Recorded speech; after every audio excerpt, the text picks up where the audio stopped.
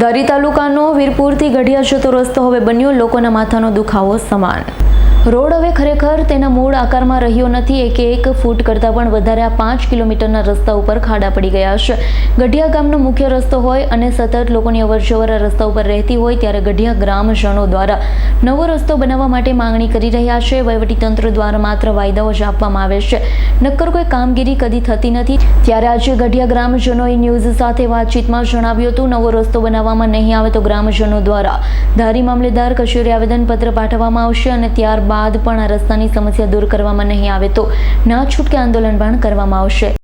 નામ, ગામ અને તમારા ગામની અંદર સમસ્યા શું છે? મારું નામ છે રામભાઈ વાળા, ગઢિયાનો રહેવાસી છું। અમારા ગામમાં અહીંયા સમસ્યા એ છે મેન તો કે ગઢિયાથી વીરપુરનો જે રોડ છે અતિ ભયંકર ખાડા છે અને ખરાબ રસ્તો છે, બરાબર। તો આની અવારનવાર રજૂઆત કરવા છતાં પણ કોઈ પગલાં લેવામાં આવતા નથી। તો આનું કંઈક વહેલી તકે વહેલાસર અમારે આ રોડ થાય એવી અમારી માંગ છે, બરાબર। એક વિડીયો વાયરલ છો તો થોડાક દિવસ પહેલા આ બાબતે આપ જાણો છો? જી હા, તો એમાં કઈ રીતે શું હતું? એટલે જો કે રોડ બાબતથી ને, હા, રોડ બાબતથી તો બસ અમારી જે સમસ્યા છે ને એ જ અમે રોડ સારો થાય ને એ જ કરાવવા માંગીએ છીએ, બીજું તો કંઈ। મારું નામ, ગામ અને તમારા ગામની અંદર સમસ્યા શું? મારું નામ અમરુભાઈ ધાખડા, ગામ ગઢિયા, ધારી તાલુકો, જિલ્લો અમરેલી।